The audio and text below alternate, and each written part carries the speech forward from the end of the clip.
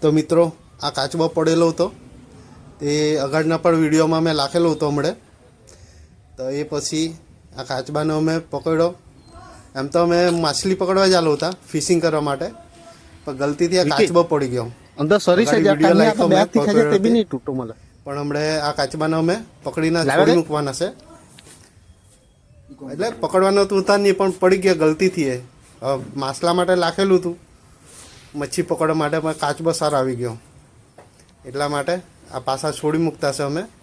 એનો વિડીયો છે, નહીં તો બીજા લોકો કે કાચબો પકડ્યો ને પછી ખાઈ જતા એમ બી થાય, પણ કાચબો અમે નહીં ખાતા છે, ખાલી માછલી જ ખાય અમે તો. એટલા માટે હવે કાચબાને અમે જે ગરીવતીમાંથી કાઢી લીધો છે ને હવે સહી સલામત જીવતો જ છે. અંદર ડોકું કાઢી લીધેલું છે બીજના મારે.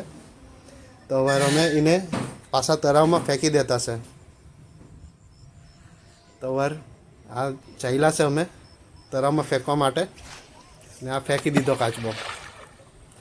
બસ એટલું જ હતું. કંઈ બીજા લોકોને થવાનું જો કે કાચબાને મારી નાખેલો હું થયું, પણ અમે કાચબાને